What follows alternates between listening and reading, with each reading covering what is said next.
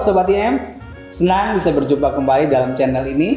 Di dalam sesi ini kita akan membahas tentang topik yang masih menjadi hal yang penting buat setiap kita bahas, yaitu tentang memuridkan. Nah, di dalam sesi ini kita akan membahas hal-hal yang jauh lebih teknis dan praktikal ya di dalam hal memuridkan. Di sini telah hadir bersama dengan kita seorang ibu dan istri dari seorang hamba Tuhan yang luar biasa, yang akan berbagi ya tentang bagaimana proses memuridkan. Karena kita sudah belajar nih tentang prinsip-prinsip, tentang dasar-dasar teologisnya seperti apa, dan ini kita bicara bagaimana proses mulai menghidupkan semua yang kita tahu tentang memuridkan di dalam kehidupan yang lebih konkret ya. Oke, mungkin bisa jelaskan ya dengan sebutkan nama atau kondisi sekarang pekerjaan apa ya? Oke, nama saya Trifosa Deviana Setiabudi, saya istri dari Pak Andreas ya. Dan saya punya usaha yaitu hotel kecil yang ada di Cirebon. Oke, anak? Anak 1. Oke, nah menarik ya, jadi kita seorang ibu rumah tangga, anak 1, istri hamba Tuhan.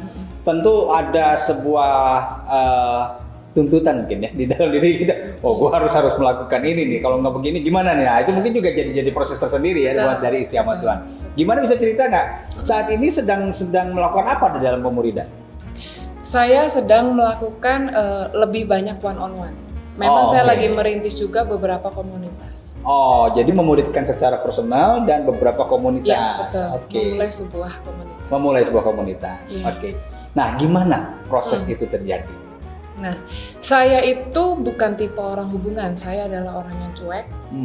Nah, waktu dulu saya punya trauma dengan hubungan. Oke, sebentar deh. Ini menarik nih. Saya bukan orang hubungan. Iya. Terus yang terluka dengan hubungan. Nah. Tapi kok bisa ini memuridkan, ini menarik nih, karena memuridkan bicara interaksi sama orang loh. Betul. Gimana caranya kok bisa sampai akhirnya yang tadinya punya trauma dengan hubungan, bahkan terluka dengan hubungan, kok akhirnya bisa ada di dalam proses pemuridan ini, gimana ceritanya? Memang secara jujur saya tidak tahu awalnya gimana. Okay. Yang saya merasakan memang semua karena Tuhan yang mengerjakan semua. Wow. Dan saya bersyukur. Kenapa? Karena dengan saya belajar firman, dengan dengar khotbah, paradigma saya kan bertumbuh. Oke. Otomatis saya mau mencoba walaupun saya terluka. Terluka kembali saya tarik diri. Terus saya mencoba kembali. Wow. Nah, titik breakthrough-nya itu ketika saya memiliki covering, atau dengan kata lain saya dimuridkan. Oke. Dengan itu saya banyak diskusi, saya banyak ngobrol, dan saya mulai covering orang, untuk saya memulai memuridkan orang. Itu memang awalnya nggak mudah karena bukan tipe orang hubungan. Sampai saya berpikir saya mesti ngomong apa. Saya nggak mau waktu yang ada itu sia-sia. Gitu. Jadi gimana nih? Saya mesti gimana?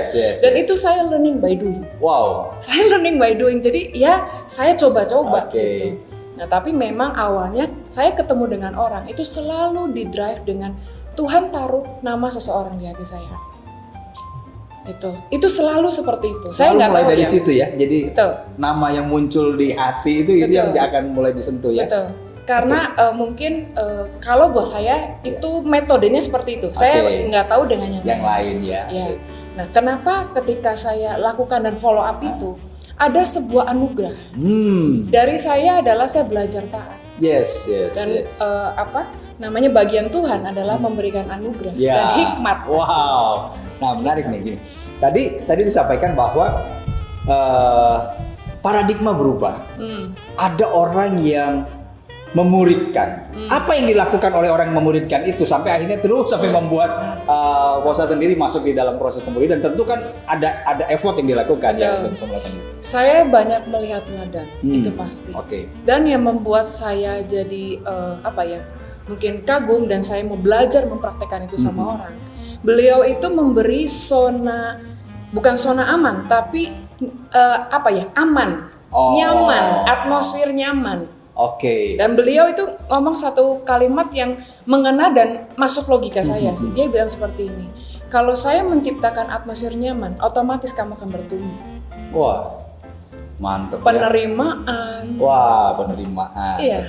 Penerimaan yang luar biasa, mengkoreksi, mendirect. Wah. Dan pasti saya melakukan hal yang sama kepada Karena orang-orang. punya experience itu ya. Modal itu jadi modal akhirnya. Betul, saya melihat contoh. Karena ngelihat konkretnya harus seperti apa ya dalam maksudnya. Nah, dari Koan gimana melihat istri yang sedang masuk di dalam itu, dan tentu tak tahu tadi seperti yang ceritakan bagaimana orang yang terluka dalam hubungan dan akhirnya menghindari hubungan dan justru masuk dalam proses pemulihan. Yang paling tahu kan suami yang paling dekat. Gimana, apa yang dilakukan Koan dalam melihat situasi ini?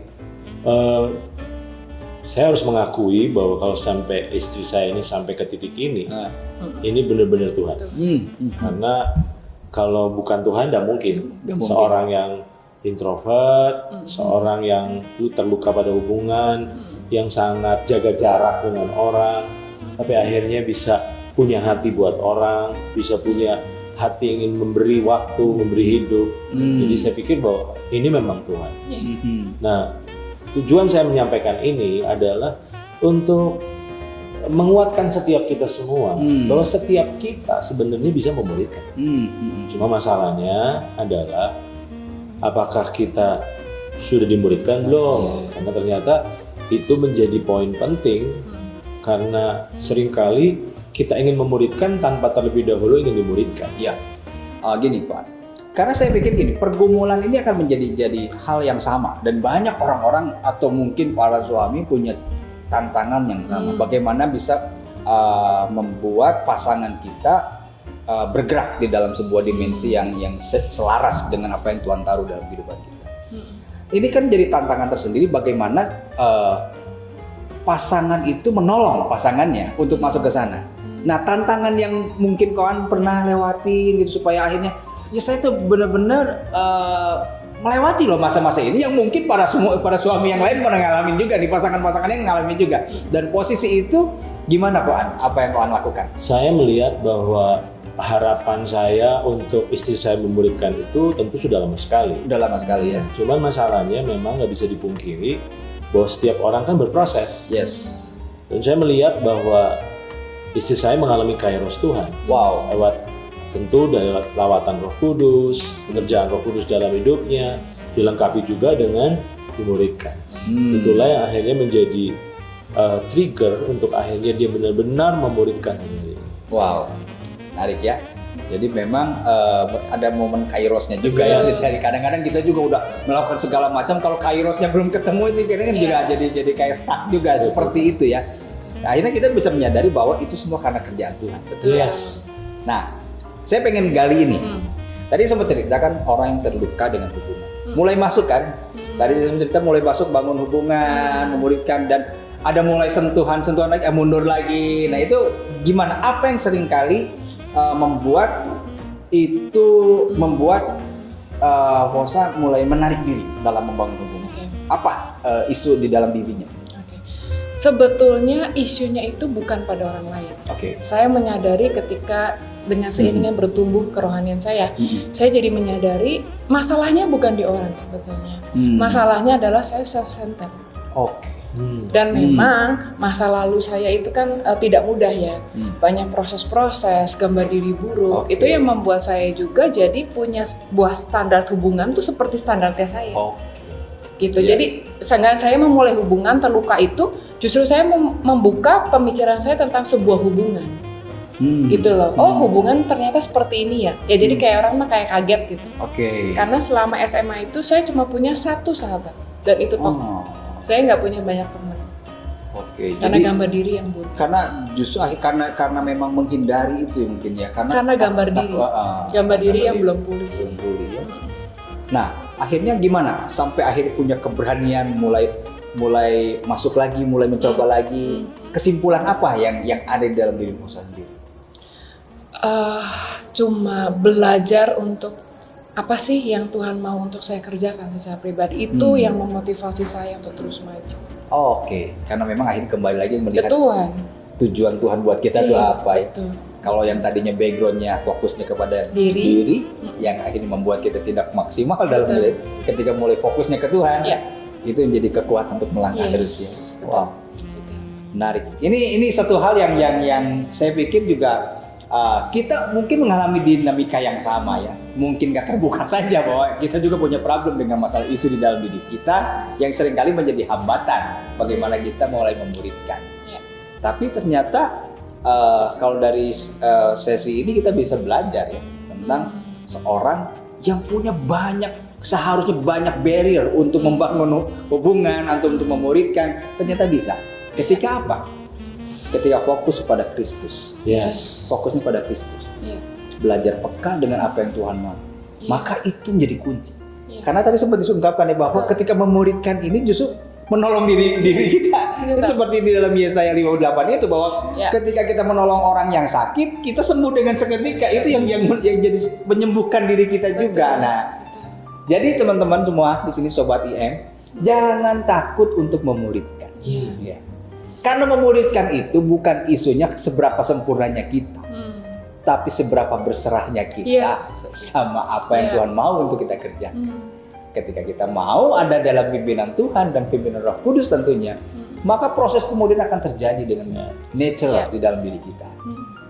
Thank you banget nih Koan, buat Fosa juga, waduh sangat menolong kita untuk bagaimana lebih mengerti bagaimana memuridkan ya. Terus memuridkan dan jadi berkat di dalam memuridkan ini. Terima kasih buat semuanya Sobat IM, sampai berjumpa di channel berikutnya. God bless you. God bless you.